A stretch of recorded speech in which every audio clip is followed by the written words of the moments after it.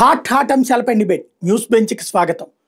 ఓవైపున Jaganmohan Reddy press conference పెట్టి తన మీద వచ్చిన ఆరోపణలకి సమాధానం చెప్పారు. ఏదైతే లిక్కర్ కుంభకోణం అన్నటువంటి పాయింట్కి సంబంధించి నాకేంటి సంబంధం, అయినా ఎవరైనా ధరలు పెంచి విక్రయం తగ్గిస్తే లంచాలు ఇస్తారా, ధరలు తగ్గించి విక్రయం పెంచితే లంచాలు ఇస్తారా, ఇది ప్రజలకు తెలియదా అని ప్రశ్నించారు.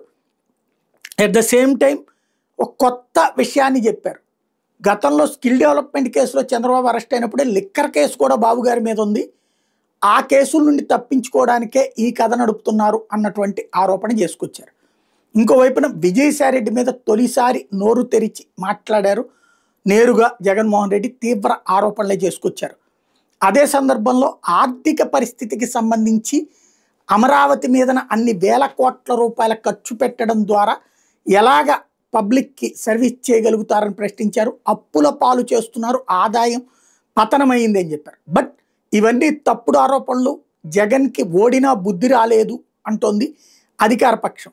జగన్కి మళ్ళీ బుద్ధి చెప్తాం, ప్రజలు కూడా బుద్ధి చెప్పడానికి సిద్ధంగా ఉన్నారంటోంది అధికార పక్షం. ఈ అంశానికి సంబంధించి స్పందించేందుకు ప్రస్తుతం మనతో పాటు ఉన్నారు కృష్ణంరాజు, సీనియర్ జర్నలిస్ట్, రాజకీయ విశ్లేషకులు. నమస్తే అండి. నమస్తే సాయి గారు. జగన్మోహన్ రెడ్డి చేస్తున్నటువంటి ప్రధానమైనటువంటి ఆరోపణ డబ్బులు ఎట్లా వస్తాయి అని. అసలు నిజంగా లంచాలు రాకుండా ఏ కాంట్రాక్ట్లైనా ఉంటాయా ప్రభుత్వంలో? సాయి గారు, ముందుగా అందరికీ నమస్కారం అండి. అవినీతి అనేది అది విశ్వవ్యాప్తమైన ఒక ఫినోమినా అండి. అది అవినీతి అనేది లేకుండా ఏ సమాజము, ఏ ప్రాంతము ఉండదు.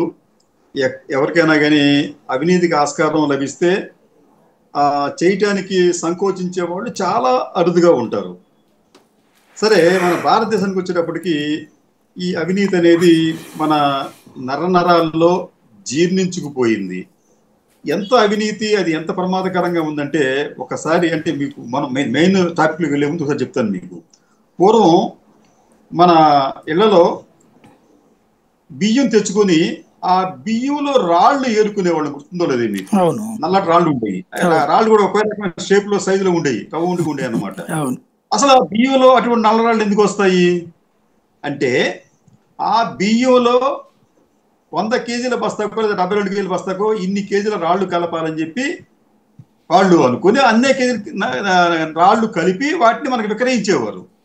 ఇంకోటి ఏంటంటే, ఈ రాళ్లు తయారు చేయడానికి ఆ నల్లమట్టి రాళ్ళు, నల్ల బెడ్లు అనేవాళ్ళం మనం. ఆ బెడ్డలు తయారు చేయడానికి అనపర్తిలో అప్పట్లో ప్రత్యేకంగా ఒక చిన్న ఇండస్ట్రీ ఉండేది. అంటే అవినీతి అనే దానికి అన్నం కూడా అతీతం కాదు. మనం తినే అన్నంలో కూడా సున్నం కలుపుతారు, మట్టి రాళ్ళు బెడ్డ కలుపుతారు. ఇటువంటి సమాజంలో మనం ఉన్నాం. కాబట్టి అంటే అవినీతి అనేది ఆ పార్టీ ఈ పార్టీ అనేవి కాదు. కొందరు క్లాస్గా చేస్తున్నారు అవినీతి, మరి కొందరు మాస్గా చేస్తారు. కొంతమంది తక్కువగా చేస్తారు, కొంతమంది ఎక్కువగా చేస్తారు. కాబట్టి ఏంటంటే, ఈ మేము అవినీతి చేయలేదని చెప్పి ఎవరైనా ఏ పార్టీ అయినా అంటే, లేదా ఏ వ్యక్తి అయినా రాజకీయాల్లో ఉన్నాడు ఎవరైనా అంతే, దాన్ని మనం పెద్దగా విశ్వసించనక్కర్లేదు సాయి గారు. రైట్. ఇవాళ జగన్ చెప్తున్నటువంటి పాయింట్, తనకి అంటే అసలు నా పేషీకి ఏమన్నా సంతకం వచ్చిందా, నేనేమన్నా సంతకం పెట్టానా, నాకేమన్నా సంబంధం ఉందా అంటున్నారు. ఆయన హయాంలో అవినీతికి ఆయనకి కాకపోతే ఇంకెవరికి సంబంధం ఉంటుంది? ఇప్పుడు ఆ రకంగా అయితే ఎవరి హయాంలో జరిగితే ఆ కన్సర్న్డ్ అధినేతగా ఉంటే అసలు భారతదేశంలో ఏ రాజకీయ పార్టీ, ఏ ప్రభుత్వం కూడా ఉండదండి. అన్ని ప్రభుత్వాలు ఎప్పటికప్పుడు కూలిపోవాలి. ఆ ప్రభుత్వ అధినేతల మీద చర్యలు తీసుకోవాలి. ఇప్పుడు ఎక్కడో ఏదన్నా ఇప్పుడు ఒక ఈ కేంద్ర ప్రభుత్వంలో ఒక అవినీతి జరిగింది కింద స్థాయి ఎక్కడన్నా, దానికి మోడీ బాధ్యత వహించాలా? అయితే ఒక మంత్రి ఎవరన్నా అవినీతి పాల్పడితే మోడీ బాధ్యత వహించాలా?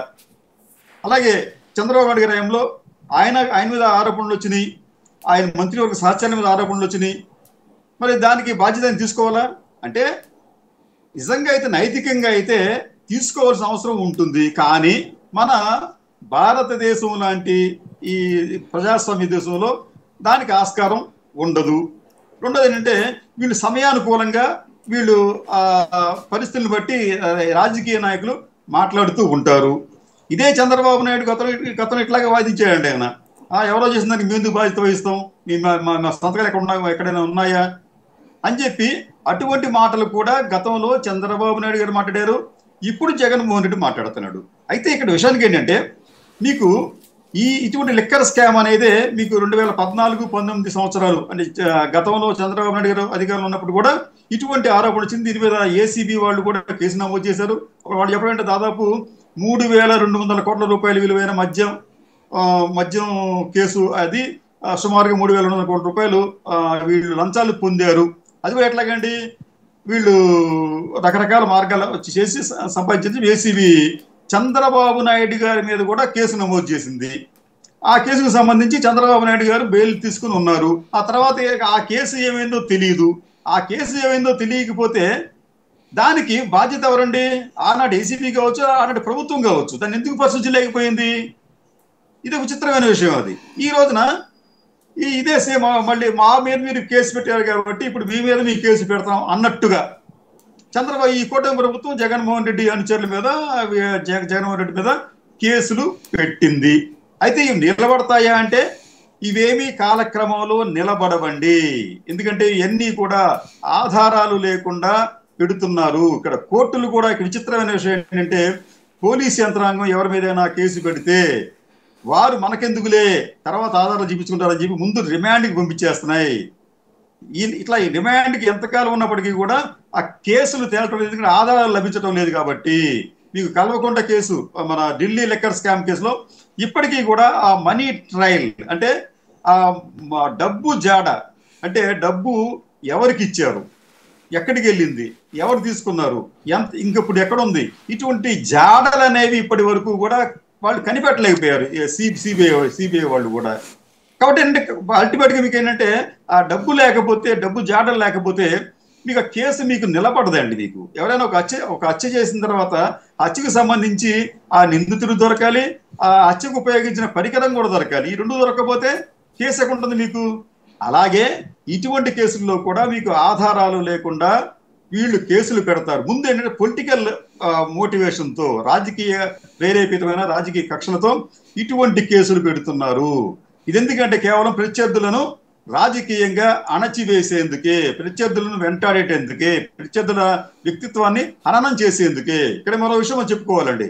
ప్రత్యర్థులను హననం చేసే విషయంలో ఆంధ్రప్రదేశ్లో ఎప్పటి నుంచి ప్రారంభమైంది అంటే, ఇది కూడా చంద్రబాబు నాయుడు గారు అధికారంలోకి రావటానికి ప్రయత్నాలు ప్రారంభించిన దగ్గర నుంచి, అంటే ఎన్టీ రామారావు గారిని వెన్నుపోటు పోవటం ప్రారంభించడానికి ముందు నుంచి కూడా ఆ వ్యక్తిత్వ హననాలు, ఈ అణచివేతలు ప్రారంభమయ్యాయి. ఆయన చాలా సిస్టమేటిక్ గా తనకు అనుకూలంగా మీడియాతో మొదట మన లక్ష్మీపార్వతి గారి మీద బురద జల్లాడు ఆయన. తర్వాత ఈ ఎన్టీ రామారావుని ఒక జోకర్ గా చూపించారు ఆ ఈనాడు కార్టూన్లో. అంటే అక్కడ ఏం చేశారంటే వాళ్ళు ఎన్టీ రామారావుని తర్వాత లక్ష్మీపార్వతి గారిని రాజకీయంగా అణచివేసే ఉద్దేశంతో ముందు వారిని జోకర్లుగాను బ్రోకర్లుగాను చూపించారు అక్కడ. ఆ తర్వాత ఏం చేశారంటే అధికారంలోకి వచ్చిన తర్వాత చంద్రబాబు నాయుడు ఎన్టీ రామారావుని మళ్ళీ అధికారంలోకి రాకుండా ఉండడానికి పార్టీ సింబల్ రద్దు చేశాడు. ఆయన మానసికంగా హింసించారు. లక్ష్మీపార్వతిని వ్యక్తిత్వ హననం చేశారు. ఆ తర్వాత హరికృష్ణ అనే ఆయన పార్టీ పెడితే ఆ పార్టీ నామరూపంలాగా చేశారు. ఆ తర్వాత చంద్రబాబు నాయుడు గారి సోదరుడు రామూర్తి నాయుడు, ఆయన తన అన్న మీద తిరుగుబాటు చేస్తే ఆయన రాజకీయాల్లో లేకుండా చేశాడు. అంటే ఇలాగ అనేక సంఘటనలు ఉన్నాయండి. అంటే రాజకీయంగా తమ ప్రత్యర్థులను తను వ్యతిరేకించే వారిని నామరూపాలుగా చేయడం అనేది వారిని అణచివేసే విషయంలో దీనికి ఇటువంటి రాజకీయ తంత్రానికి ఆద్యులు ఎవరంటే ఆంధ్రప్రదేశ్లో, తెలుగు రాష్ట్రాల్లో చంద్రబాబు నాయుడు అని చెప్పి మనం చెప్పుకోవాలి.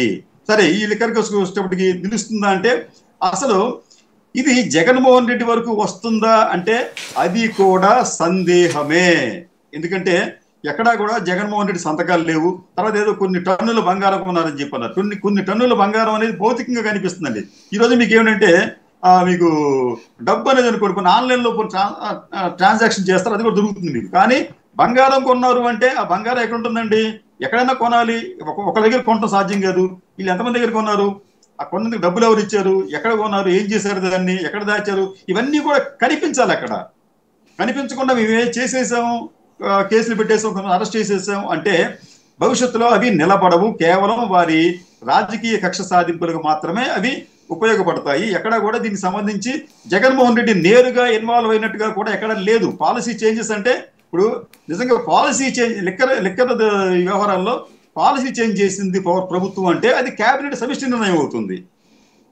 ఇప్పుడు ఫర్ ఎగ్జాంపుల్ మీకు ఈ కొత్త చంద్రబాబు నాయుడు అధికారంలోకి వచ్చిన తర్వాత ఒక పాలసీ చేంజ్ చేశారండి. అదేమిటంటే ఈ లిక్కర్ రిటైల్ లిక్కర్ షాపుల వాళ్ళకి కమిషన్ పెంచారు. అక్కడ కమిషన్ పెంచారు, అది పాలసీ డిసిషన్.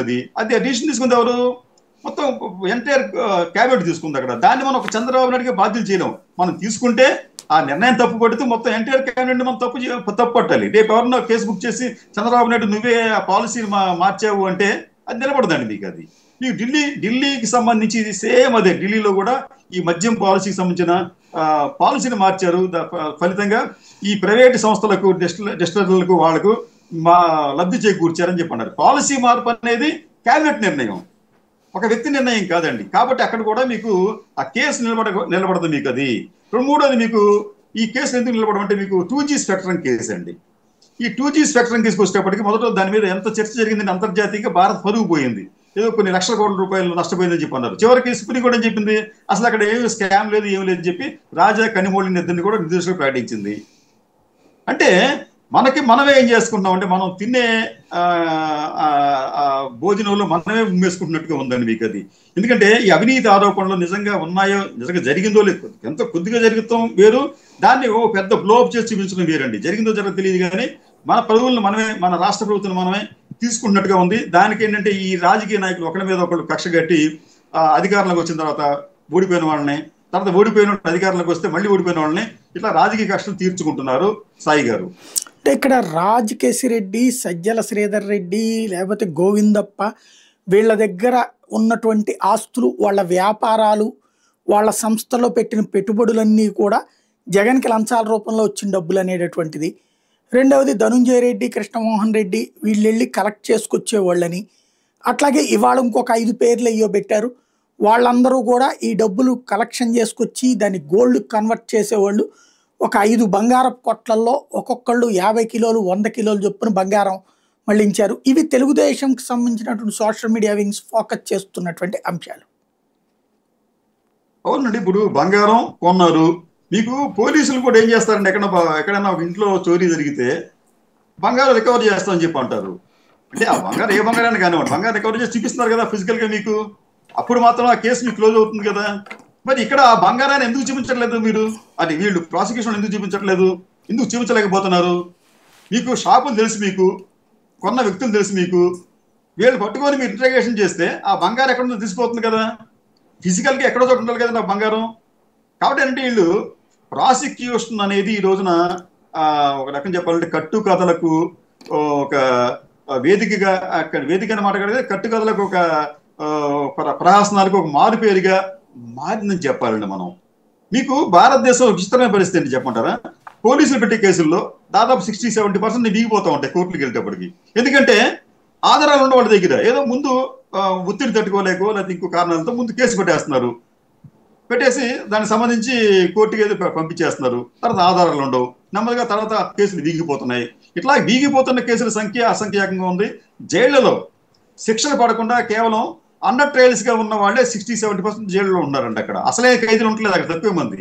ఈ అండర్ ట్రయల్స్ అంటే నిందితులు మాత్రమే జైల్లో ఎక్కువ శాతం మంది ఉంటున్నారు. కాబట్టి ఏంటంటే ఇవన్నీ కూడా ప్రధానంగా ఇక్కడ ఒకటి చెప్తున్నా స్పష్టంగా, జగన్మోహన్ రెడ్డిని ఈ కూటమి ప్రభుత్వం ఏమీ లేదని అనిపిస్తోంది. ఎందుకంటే ఆయన్ని టచ్ చేస్తే జరిగే పరిణామాలు చాలా తీవ్రంగా ఉంటాయని చెప్పి కూటమికి తెలుసు. అదే కొంతమంది ఉన్నారంటే ఇక ఇట్స్ టూ ఎర్లీ కదండి, ఇంకా ఎలక్షన్స్ 4 ఏళ్ళ సమయం ఉంది కదా అని అంటారు. 4 ఏళ్లకు సమయం ఉన్నప్పటికీ కూడా జగన్మోహన్ రెడ్డిని టచ్ చేస్తే వచ్చే ఆ పరిణామాలు అనేవి వీళ్ళకి వ్యతిరేకంగా ఉంటాయని చెప్పి బాగా తెలుసు. రెండవది, ఇటువంటి వ్యవహారాల్లో జగన్మోహన్ రెడ్డికి మన బీజేపీ నాయకత్వం, కేంద్ర నాయకత్వం, మోడీ అమిత్ షాలు కూడా ఎంతో కొంత అతనికి సానుభూతితోనే ఉంటారు తప్ప వ్యతిరేకంగా ఉండరు. ఎందుకంటే మీకు మోడీ అమిత్ షాలకు సంబంధించి జగన్మోహన్ రెడ్డి ఆ సమయంలో అంటే 2019-24 ప్రాంతంలో అత్యంత ఇష్టడు. జగన్మోహన్ రెడ్డి మోడీకి, అమిత్ షాకి. ఎట్లా మీరు ఈ విషయం ఎట్లా చెప్తారంటే ఆ 5 సంవత్సరాల్లో దాదాపు 25 సార్లు జగన్ మోడీని కలుసుకున్నారు, అపాయింట్మెంట్ ఇచ్చారు. అన్ని సార్లు అపాయింట్మెంట్ పొందిన ముఖ్యమంత్రి మరొకరు లేరు మన భారతదేశంలో. ఏంటంటే తర్వాత ఏంటంటే అతను ఎప్పుడు కూడా ఆ పార్టీలో విలీనం కాకపోయినా అంటే ఆ కూటమిలో చేరకపోయినప్పుడు కూడా జగన్మోహన్ రెడ్డి ఎప్పుడు వాళ్ళకి లాయల్గా ఉన్నాడండి. కాబట్టి ఏంటంటే అటువంటి లాయల్గా ఉన్న వ్యక్తిని ఇప్పుడు మనం ట్రబుల్ చేస్తే భవిష్యత్తులో మనకి ఇబ్బంది వస్తుందని చెప్పలేమని చెప్పి వాళ్ళ భయం కావచ్చు. రెండో విషయం ఏంటంటే చంద్రబాబు నాయుడు వారు ఎంతవరకు నమ్ముతారండి వాళ్ళు? బీజేపీ వాళ్ళు ఎంతవరకు నమ్ముతారు చంద్రబాబు నాయుడిని? ఎందుకంటే అతనికన్నా కూడా, ఎందుకంటే చంద్రబాబు నాయుడు వాళ్ళ ఈ రోజు ఇట్లా ఉంటాడు, రేపు మారిపోవచ్చు ఆయన. ఇదే విషయాన్ని ఈ రోజున మీకు జ్యోతిల నెహ్రూ టీడీపీ ఎమ్మెల్యే, మన కూటమిలో పనిచేసిన ఎమ్మెల్యే, ఆయన కూడా చెప్పాడు. ఆయన కూటమిలో మనం ఎంతకాలం ఉండడం తెలియదు, బయటకు మన ఎన్నిసార్లు బయటికి రాలేదు అని చెప్పి అన్నాడు ఆయన. అంటే ఈ ఇద్దరి విషయానికి వచ్చేటప్పటికి, చంద్రబాబు నాయుడు జగన్కి వచ్చేటప్పటికి, చంద్రబాబు నాయుడు మద్దతు ఈరోజు అనివార్యం అయింది. ఇక్కడ వాళ్ళకి ఏంటంటే కేంద్రంలో బీజేపీకి సొంతగా ప్రభుత్వాన్ని ఏర్పాటు చేసే కెపాసిటీ లేదు కాబట్టి, టీడీపీ సపోర్ట్ అవసరం లేదు కాబట్టి ఇప్పుడు వాళ్ళు ఓకే చంద్రబాబు నాయుడు చూసి నవ్వుతున్నారండి. అక్కడ బాగానే ఉందని చెప్పి అనుకున్నారు. కానీ రేపేమన్నా పరిస్థితుల్లో మార్పు వచ్చి దేశంలోనే అత్యంత ప్రజాదరణ కలిగిన నాయకుల్లో ఒకడైన జగన్మోహన్ రెడ్డి తిరిగి అధికారంలోకి వస్తే అప్పుడు అతని అవసరం కూడా మనకు రావచ్చు కదా అని చెప్పి భావన ఈ మోడీ అమిత్ షాల్లో ఉంటుంది. కాబట్టి ఏంటంటే అంత తేలిగ్గా ఇవన్నీ కూడా చంద్రబాబు నాయుడు కూడా తెలుసు ఆ విషయాలన్నీ కూడా. కాబట్టి ఏంటంటే అంత తేలిగ్గా జగన్ అరెస్ట్ చేసేసి జైల్లో పెట్టేసే పరిస్థితి ఇప్పుడైతే ప్రస్తుతానికి కనిపించడం లేదు సాయి గారు. అంటే ఇక్కడ ఇదివరకు మీరన్నట్టే వాళ్ళతో కూటమిలో ఉన్నటువంటి సందర్భంలో అనేక కమిటీలు, పార్లమెంటరీ కమిటీలలో కానీ లేకపోతే ఇతర దేశాలకు వెళ్ళే కమిటీల్లో కానీ వైసీపీకి చోటు ఉండేది, తెలుగుదేశానికి కూడా చోటు ఉండేది. ఇప్పుడు వచ్చేటప్పటికి విదేశాలకు పంపించిన టీముల్లో ఎక్కడ తెలుగుదేశం వాళ్ళకి ఇద్దరికి చోటు ఉంది కానీ వైసీపీని అస్సలు పట్టించుకోలేదు. గత 2 నెలల నుంచి ఆ కసరత్తు జరుగుతుంది. ఇది గత నెల రోజుల నుంచి ఈ కసరత్తు జరుగుతున్నా కూడా, అంటే తెలుగుదేశంతో స్నేహం ఉన్నప్పుడు ఖచ్చితంగా వైసీపీని దూరం పెట్టాలన్నటువంటి ఫార్ములా బీజేపీ ఫీల్ అవుతా, బీజేపీ ఎట్లాగూ తమని అడ్డుకోదు కాబట్టి, గతంలో చంద్రబాబుని అరెస్ట్ చేసినప్పుడు బీజేపీ ఏమీ ఆపలేదు కాబట్టి, ఇది స్టేట్ లెవెల్లో చేసే అరెస్టే కాబట్టి వీళ్ళు ఎందుకు ధైర్యం చేయకూడదు? ఇక్కడ మీకు ఒకటి చెప్తానండి. మీరు ఒక మంచి పాయింట్ చెప్పారు. మీరు ఇప్పుడు వైసీపీని బీజేపీ పట్టించుకోవట్లేదు, లేకపోతే కేంద్రం పట్టించుకోవట్లేదు. కానీ 2019-24 మధ్యన చంద్రబాబు నాయుడు కూడా బీజేపీ పట్టించుకోలేదు కదండి. కనీసం ఇంటర్వ్యూ కూడా ఇవ్వలేదు కదా. మోడీ ఇంటర్వ్యూ ఇవ్వలేదు ఆయనకి, చాలాసార్లు అడిగితే ఆయన. రెండోది, చంద్రబాబు నాయుడిని అరెస్ట్ చేస్తే వినిపించింది ఎవరండి? ఢిల్లీలో ఉన్న టాక్ ఏంటంటే ఆ రోజున పురంధేశ్వరి గారు ఇతరులు వెళ్ళి కింద మీద పడితే అమిత్ షా గారిని గెలిస్తే అమిత్ షా గారి మాట మీద విడుదలయ్యారని చెప్పి అనేది ఒక రోమర్. బహుశా వాస్తవం ఉండొచ్చు, మనకు తెలియదు. కానీ అంటే ఏమైందండి, అక్కడ వాళ్ళు సమయానుకూలంగా ఉంటారు, వాళ్ళకేమీ లవ్ లాస్టే ఉండదండి అక్కడ. కానీ ఎవరిని వదులుకునేందుకు కూడా వాళ్ళు ఇష్టపడటం లేదు. రేపు ఏం జరుగుతుందో తెలియదు కాబట్టి. ఇప్పుడు గతంలో చంద్రబాబు నాయుడు వదులుకున్నారు, కానీ అనుకోకుండా అతను మరి దగ్గర అయ్యాడు, చివరికి అతనే వాళ్ళకి గత అయ్యాడు. ఈ రోజున రేపు కూడా అదే పరిస్థితి ఏర్పడిచేమో తెలియదు కదా. కాబట్టి ఎందుకు ఇతను మనం దూరం చేసుకోవాలి అనే భావన కూడా వాళ్ళకి ఉంది. కాబట్టి ఏంటంటే అల్టిమేట్ గా జగన్మోహన్ రెడ్డి, మనం ఇంతసేపు మనం మాట్లాడుతున్నాం కానీ జగన్మోహన్ రెడ్డి గారు కూడా ఈ తన అరెస్ట్ విషయంలో ఆయన ఏమి పెద్ద భయపడుతున్నట్టుగా ఏం కనిపించట్లేదండి. ఆయన అప్పుడు ఇప్పుడు ఒకేలాగా మాట్లాడుతున్నాడు, కూల్ కామ్ గా. అంత పైన దేవుడు చూసుకుంటాడు, నేను మంచిగా గెలుస్తుంది, ధర్మే గెలుస్తుంది, ఇటువంటి మాటలే మాట్లాడుతున్నాడు తప్ప అమ్మో నన్ను అరెస్ట్ చేస్తారు మీరే చూసుకోవాలి అనే మాటలు మాట్లాడలేదు. మీకు చంద్రబాబు నాయుడు గారిని అరెస్ట్ చేయడానికి ముందు కొంత ఆయనకి సమాచారం అందితే ఆయన పబ్లిక్ లోకి వచ్చి నన్ను తొందరలోనే అరెస్ట్ చేయడానికి కుట్రలు జరుగుతున్నాయి, మీరే కాపాడుకోవాలి అని చెప్పి మాట్లాడాడు చంద్రబాబు నాయుడు గారు. కానీ జగన్మోహన్ రెడ్డి ఏమి అటువంటి మాటలేమి మాట్లాడటం లేదండి. ఏం మాట్లాడండి ఆయన?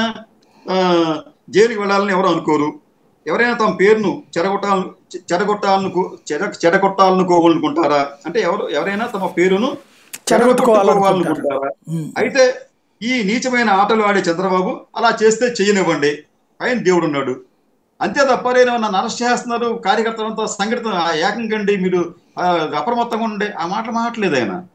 అసలు ఆయనే నిబ్బరంగా స్థిరంగా ధైర్యంగా ఉన్నాడు. ఈ కేసుకు సంబంధించి అరెస్ట్ చేసుకుంటే మీ ఇష్టం, మీ దగ్గర ఉంటే మీ దగ్గర సమాచారం ఉంటే రండి అన్నాడు ఆయన ఒకవైపు. కాబట్టి ఏంటంటే ఇది కూడా ఇప్పుడు ఈనాటి ప్రెస్ మీట్ అనేది తెలుగుదేశం పార్టీకి ఒక రకంగా చెప్పాలంటే తెలుగుదేశం పార్టీకి ఒక వాళ్ళు ఊహించని ఒక చిన్న పరిణామం అండి, ఒక ఎదురు దెబ్బది. వాళ్ళు ఏమనుకుంటారంటే జగన్మోహన్ రెడ్డి భయపడిపోవాలి, అమ్మో నన్ను అరెస్ట్ చేస్తున్నారని చెప్పి ఆయన ఆవేదన చెందాలి. కానీ అటువంటిది కనిపించలేదు. ఈ రోజున ప్రెస్ మీట్కి సంబంధించి ఒక విషయం చూపిస్తాను మీకు నేను. ప్రెస్ మీట్ జరిగితే ఆయన అనేక ప్రశ్నలు సంధించాడు. ఆయన తెలుగుదేశం పార్టీ వారు ఇప్పటి వరకు దాని గురించి ఏమీ ప్రతిస్పందన సమాధానాలు ఇవ్వలేకపోయారు. ఇవ్వకుండా ఈ రోజున ఎక్స్లో సరిగ్గా ఒక గంట క్రితం తెలుగుదేశం పార్టీ అఫీషియల్ ఎక్స్ అకౌంట్లో వాళ్ళు పెట్టిన పోస్ట్ ఒకసారి చూడండి. మీకు కనిపిస్తుందో లేదో తెలియదు. ఈ పోస్ట్ సారాంశం ఏంటంటే, తెలుగుదేశం పార్టీ అఫీషియల్: ప్రజలు చీకొట్టి 11 సీట్లు ఇచ్చినా సిగ్గులేని జగన్ బెంగళూరు నుంచి వచ్చి 11 గంటలకు ప్రెస్ మీట్ పెట్టి 11,111 సార్లు చంద్రబాబు జపం చేశాడు. ఇది వాళ్ళు ఈ సమాధానం అండి ఇది ఆయన ప్రెస్ మీట్కి. నిజంగా అసలు 11,111 సార్లు జపం చేశాడా అంటే, ఇప్పుడు శాస్త్రం వెనకాల మనకు శాస్త్రం ఉండేది, ఏదో ఏమీ చేయలేండి ఏదో చేశాడని చెప్పి మీరు సమాధానం చెప్పండి. ప్రతి ప్రశ్నకి కూడా దీటి అయిన కౌంటర్ ఇవ్వండి. అలా చేయకుండా ఏదో ఒక పిచ్చ పోస్ట్ పెట్టి బెంగళూరు నుంచి వచ్చాడు 11 పరాస కోసం ప్రయత్నించి అబాస్ ఫాలో అవడం కదా ఇది ఈ పోస్టు. అంటే ఇక్కడ ఏమవుతుందంటే, కూటమి వాళ్ళు కూడా చంద్రబాబు నాయుడుకి ఆలోచన ఉంటుందండి మనం చేస్తే ఏమవుతుందని చెప్పి. కానీ కూటమిలో ఉండే చాలా మంది నాయకులు కూడా జగన్ అరెస్ట్ చేస్తే మనకి ఇబ్బంది అని చెప్పే భావన ఉంటుంది. అది ప్రత్యక్షంగా పరోక్షంగా చెప్తారు చంద్రబాబు నాయుడుకి. కాబట్టి ఏంటంటే ఇక్కడ భూ ప్రపంచం తల్లకిందలైపోవడం, బ్రహ్మాండం బదులైపోవడం, జగన్మోహన్ రెడ్డి అరెస్ట్ అయిపోవడం అనేది అయితే కనుచూపు మేరలు అయితే కనిపించడం లేదు. తర్వాత ఏం జరుగుతుందో మనం చెప్పలేం సార్. ఇప్పుడు ఇమ్మీడియట్గా అయితే మాత్రం దానికి ఆస్కారం లేదు. ఒకవేళ అటువంటి ప్రయత్నం చేసి జగన్మోహన్ రెడ్డిని ఎవరిని విచారణకు పిలిస్తే వెంటనే ఆయన కోర్టును ఆశ్రయిస్తాడు. గతంలో 2014-19లో లిక్కర్ కేసులో చంద్రబాబు నాయుడిని ఒక నిందితుడిగా చేర్చినప్పుడు ఆయన కోర్టుకి వెళ్ళి స్టే తెచ్చుకున్నాడు. ఇప్పుడు అదే స్టేని ఇప్పుడు ఈయన కూడా తెచ్చుకుంటాడు. ఇప్పుడు ఆయన బెయిల్ మీద ఉన్నాడు, ఇప్పుడు ఈయన కూడా బెయిల్ మీద ఉన్నాడు భవిష్యత్తులో. ఆ కేసు తేలలేదు, ఈ కేసు తేలదు భవిష్యత్తులో. రైట్. కాకపోతే ఇవాళ జగన్ కనుక అరెస్ట్ అయ్యి, ఇప్పుడు చంద్రబాబు గారు అరెస్ట్ అయితే లోకేష్ ఉన్నాడు, పార్టీని నడిపించాడు. అట్లాగే భువనేశ్వర్ గారు దిగారు, రెండో పక్కన బ్రాహ్మణి దిగింది. ఇంతమంది కలిసి పార్టీని నడిపించుకొచ్చారు. పవన్ కళ్యాణ్ తోడున్నాడు, భారతీయ జనతా పార్టీ పురంధేశ్వరి మద్దతు ప్రకటించింది. అంత జరిగింది. జగన్ కనుక జైలుకి వెళ్తే పలకరిచ్చే వాళ్ళు ఉంటారా, అసలు పట్టించుకునే వాళ్ళు ఉంటారా? ఎవరూ లేని ఒంటరిగా అయిపోతే అప్పుడు పార్టీ కకావికలం అయిపోదా? అంటే దానికి మన ఇండియాలో ఒకటండి, ఇక్కడ వ్యక్తి ఆరాధన అనేది ఒక మాట ఉంది, హీరో వర్షిప్ అని చెప్పంటాం మనం. అది రెండోది, మన రాజకీయాలన్నీ కూడా ఈ ప్రాంతీయ పార్టీలన్నీ కూడా వ్యక్తుల మీద డిపెండ్ అయి ఉంటాయి. ఇన్ కేస్ అదే పరిస్థితి వచ్చిందనుకోండి, అనుకున్నప్పుడు ఏమవుతుందంటే, మీకు భారతి గారు మళ్ళీ లైన్లోకి రావచ్చు, ఆవిడే నేరుగా ప్రత్యక్ష రాజకీయాల్లోకి రావచ్చు. లేకపోతే వారి తల్లి కొడుకు మద్దతుగా రావచ్చు. షర్మిల గారు, నేను కేవలం తెలంగాణ నేను ఆడపడుచుని బిడ్డనే చెప్పుకుంటూ వచ్చింది, నేను అక్కడ రాజకీయాలు చేస్తాను అని చెప్పి మాట మార్చి ఆంధ్రప్రదేశ్కి వచ్చింది. గతంలో సోనియా గాంధీని విమర్శించిన ఆవిడ మళ్ళీ సోనియా గాంధీకి భక్తురాలుగా మారింది. మళ్ళీ ఆవిడ తన వైఖరిని మార్చుకొని తన అన్నకి మద్దతు ఇవ్వచ్చేమో. కాబట్టి దేనికైనా ఆస్కారం ఉంటుంది. అంతే తప్ప ఈ పార్టీ ఒకటండి. ఈ రోజున ఈ వైఎస్ఆర్సిపి అనేది ఈ రోజున దాదాపు 40% కన్సాలిడేటెడ్ ఓటింగ్ ఉన్న పార్టీ. ఇది అంత తొందరగా కనుమరుగయ్యే కకావికలమయ్యే పరిస్థితి అయితే లేదు. కొంతమంది రాజకీయ నాయకులు జైల్లో ఉన్నప్పటికీ కూడా తమ పార్టీలను గెలిపించుకోగలిగారు. అటువంటి సిచ్యువేషన్ అనేది భారతదేశంలో ఉంది.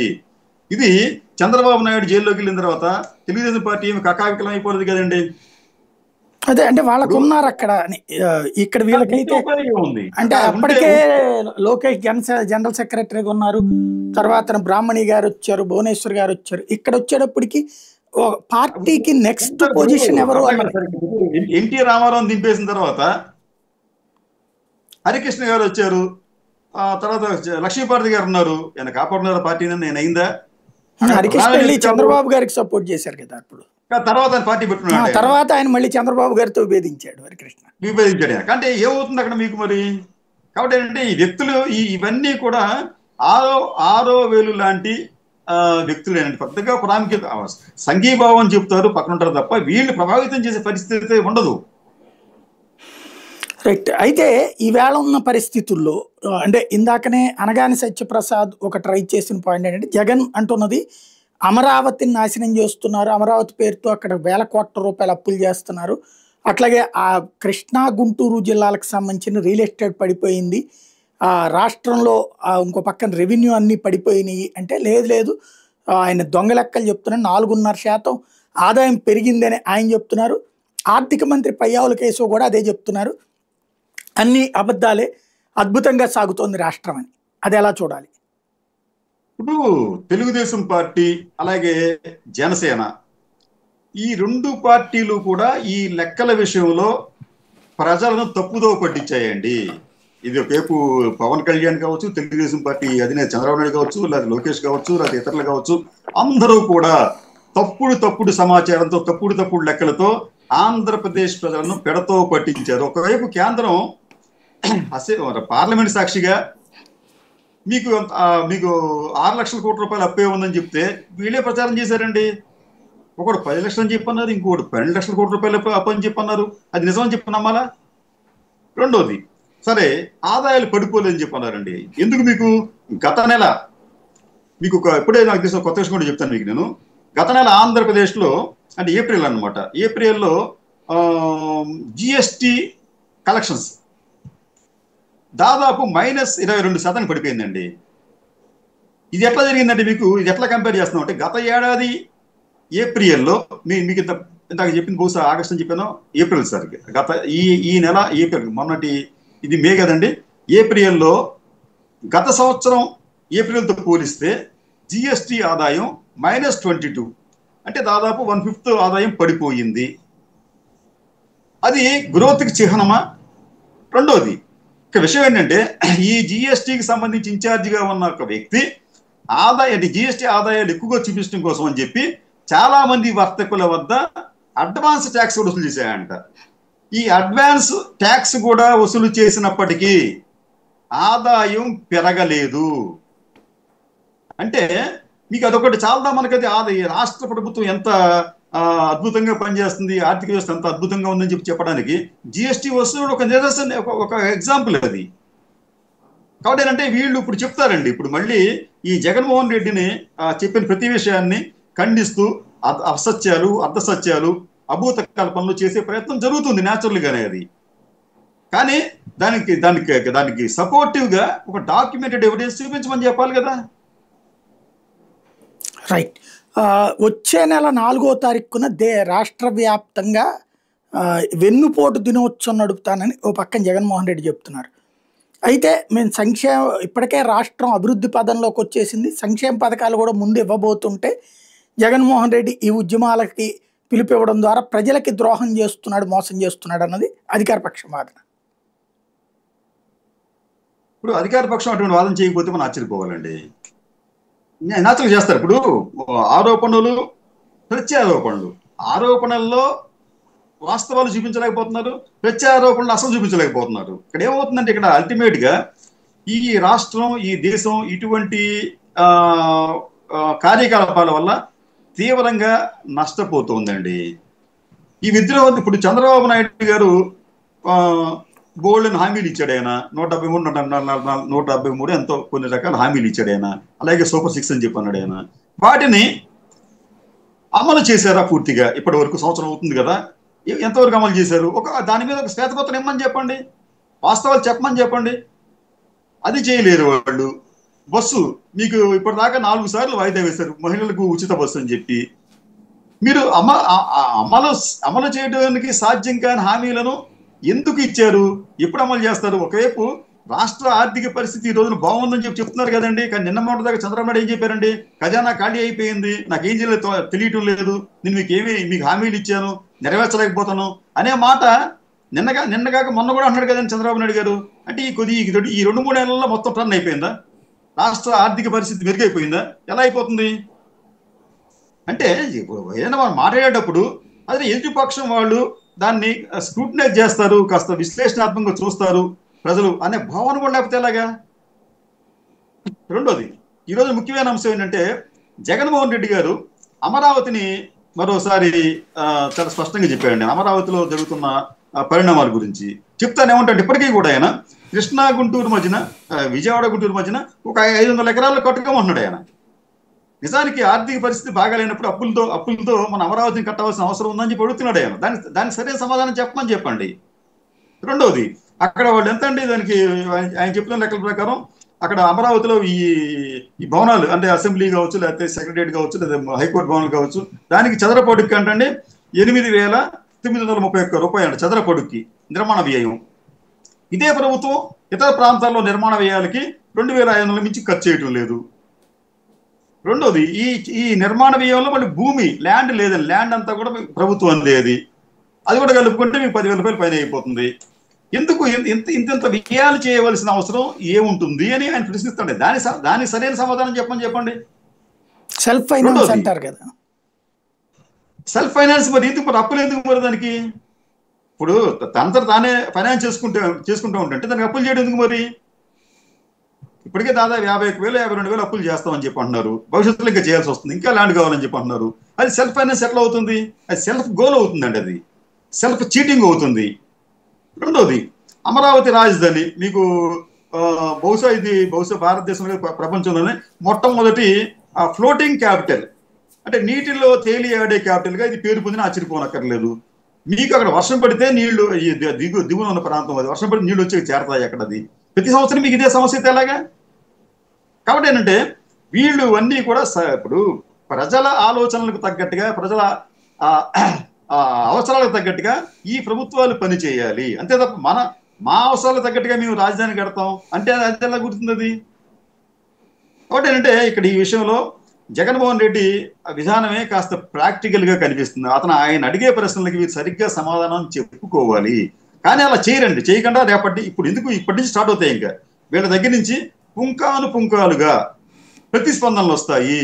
అవి కూడా మీకు అడ్డగోలుగా మీకు చెప్పాను కదా, మీకు తెలుగుదేశం పార్టీ నుంచి వచ్చిన వెబ్సైట్ నుంచి వచ్చిన ట్విట్టర్లో వచ్చిన ఈ ట్వీట్ చాలు మీకు. అది అంటే వీళ్ళు దానిని పెడతావు పట్టించడానికి, దాన్ని డైవర్ట్ చేయడానికి ఇటువంటి అన్ని పెడతారు. కాబట్టి ఏంటంటే మళ్ళీ ప్రజలకు సంబంధించి ప్రజలు మళ్ళీ అయోమయానికి గురి కావాలి. అంటే అయోమయానికి గురి చేసేంత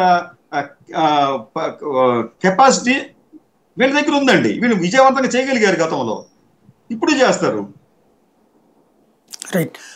విజయసాయి రెడ్డి గురించి తొలిసారి ఈ విధంగా స్పందించారు. ఏది ఇంతకుముందు ఏదోలే అన్నటువంటి మాట్లాడిన ఆయన విజయసాయి రెడ్డి చంద్రబాబుకి అమ్ముడు పోయారు, కూటమికి అమ్ముడు పోయారు, 3.5 ఏళ్ళు ఉంటే రాసి ఇచ్చేశారు, ఆయన ఆరోపణలు చేయడం ఏంటి రాజకేశ్ రెడ్డి అంశానికి సంబంధించి అన్నటువంటి. అంటే విజయసాయి రెడ్డి అలా అమ్ముడుపోయే వ్యక్తి అని నమ్ముతున్నారా? ఏమిటి రాజకీయాల్లో ఏమైనా జరగచ్చండి. ఆయన అమ్ముడుపోయాడా లేదా అని చెప్పి అనేది మన దగ్గర ప్రత్యక్షంగా మనం ఉండలేం. కానీ విజయసాయి రెడ్డితో అంటకాగి, అది విజయసాయి రెడ్డి జగన్తో అంటకాగాడు. ఇప్పుడు వాళ్ళే ఒకరి మీద ఒకరు ఇప్పుడు ఈ రోజున ఆరోపణలు చేసుకుంటున్నారు. కాబట్టి దానికి ఖచ్చితంగా ప్రాధాన్యత ఉంటుంది. రెండోది విజయసాయి రెడ్డి గారు ఆయన ఇంట్లోనే ఈ సమావేశం జరిగిందని చెప్పి ఒప్పుకున్నాడు ఆయన. మరి ఆయన కూడా పిలవాలి కదా, పిలిచి మరి ఆయన కూడా వన్ ఆఫ్ ది ఎగ్జిక్యూటివ్ చేర్చాలి కదా ఆయన. ఇప్పుడు ఈ కుట్ర పన్నింది విజయసాయి ఇంట్లో అని చెప్పి అంటున్నారు. మరి ఈయనకి బాధ్యత లేదంటే ఎవరు నమ్ముతారు? వాళ్ళు మా ఇంటికి వచ్చారంట, కానీ వాళ్ళు ఏం మాట్లాడారో ఈయన తెలియదు అంటాడు ఆయన. ఇది మరి అమాయకత్వంగా లేదు? అంటే ఆయన చెప్పింది 2 సార్లు మా ఇంట్లో మీటింగ్లు జరిగినా అప్పుడు ఏం డెసిషన్ తీసుకోలేదు, 3వ మీటింగ్ లెక్క మా ఇంటి దగ్గర పెట్టలేదు, వదిలేశారని అట్లా లేదండి. ఆయన ఏ నిర్ణయం తీసుకోలేదు అంటే దీన్ని దోచుకుందాం లిక్కర్ స్కామ్ లో అని చెప్పి అరే నిర్ణయం తీసుకోలేదా? ఏ విషయంలో వాళ్ళు నిర్ణయం తీసుకోలేదు? అంటే మద్యం పాలసీ ఎలా చేయాలి ఏంటి అనేది డెసిషన్ తీసుకోలేదని. అట్లా కదండి. అది అక్కడ ఏంటంటే ఆయన ఎట్లా అంటలేదు, ఆయన వాళ్ళు ఏం మాట్లాడుకున్నారు నాకు తెలియదు చెప్పొచ్చాడు ఆయన. ఇది ఎంక్వైరీలో చేశారంట, కానీ ఏం మాట్లాడి తెలియదు అంటాడు ఆయన.